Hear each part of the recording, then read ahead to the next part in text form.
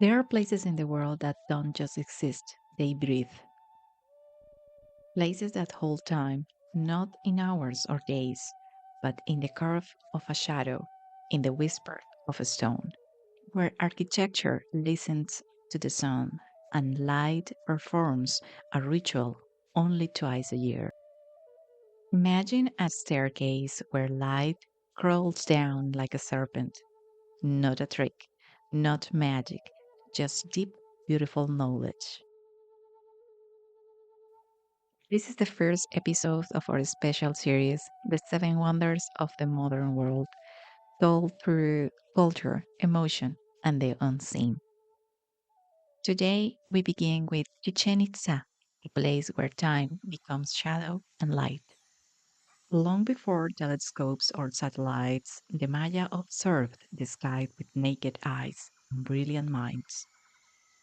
They understood cycles, balance, and movement, not just of the stars, but of life itself. They built cities that breathe with seasons, and one of the most powerful among them was right here, in the heart of the Yucatan. More than a city, Chichen Itza was a living calendar. Its most famous pyramid, El Castillo, was built with such precision that during the spring and fall equinox, sunlight cast a moving shadow down the stairs, forming the shape of a serpent. That serpent has a name, Kukulkán, the feathered snake, a sacred being in Maya belief. It represents the balance between sky and earth, between what crawls and what soars. Each side of the pyramid has 91 steps.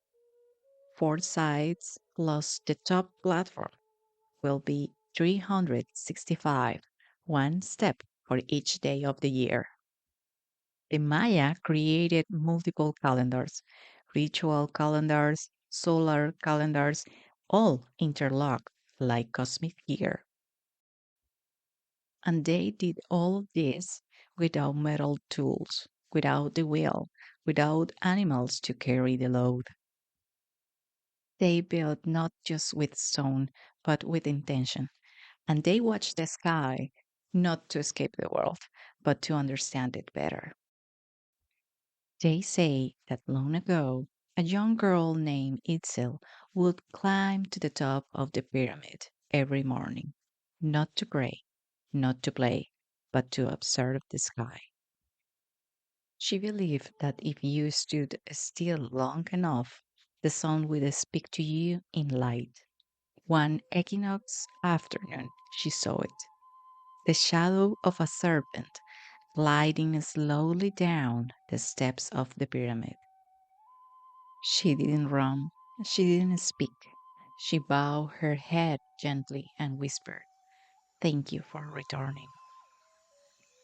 From that day on, Itzel said no more, no out fear, but because silence had become her way of understanding. Every evening she would sit near the pyramid, and when the wind stirred the trees and the sky changed colors, she smiled. Because some truths are not meant to be explained, they are meant to be witnessed, slowly, like light across ancient stone. The Maya are not gone, they never disappeared. Today, more than 7 million Maya people live across Mexico, Guatemala, Belize, Honduras, and El Salvador. They speak over 30 living languages and keep their traditions alive, not just in rituals, but in everyday moments. In kitchens, women still make tortillas by hand, as their grandmothers did. In the markets, symbols are woven into textiles. In schools, stories are told in Maya languages. But being Maya today is not only about tradition, it's about evolution too. Young Maya are making TikToks in their language. Others are using drones to protect their forests. In some village, kids are learning coding and robotics alongside embroidery and agriculture. Being Maya today is not about choosing the past or the future. It's about waving both into the present. Today, Chichen Itza welcomes more than 2 million visitors each year. They come to photograph the pyramid, to clap their hands and hear the echo that mimics the sound of the sacred Quetzal bird, to witness the serpent of light during the equinox. But beyond the tour groups and guides, there are Maya communities still living nearby. They are artisans, storytellers, protectors of the land. Some lead tours in Spanish and Maya. Others fight to preserve their connection to this sacred site. Chichen Itza is more than a monument, more than one of the seven wonders of the modern world.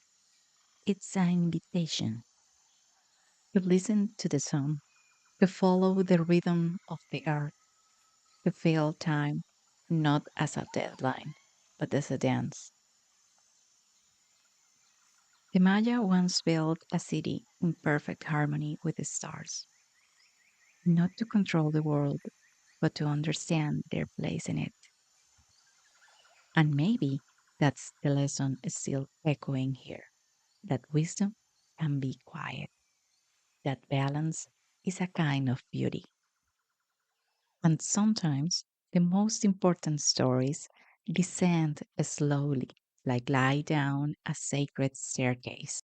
In the next episode, we will travel to Petra, a city carved in rose colored stone. We'll discover what made it thrive, what nearly erased it, and why silence still echoes through its narrow paths.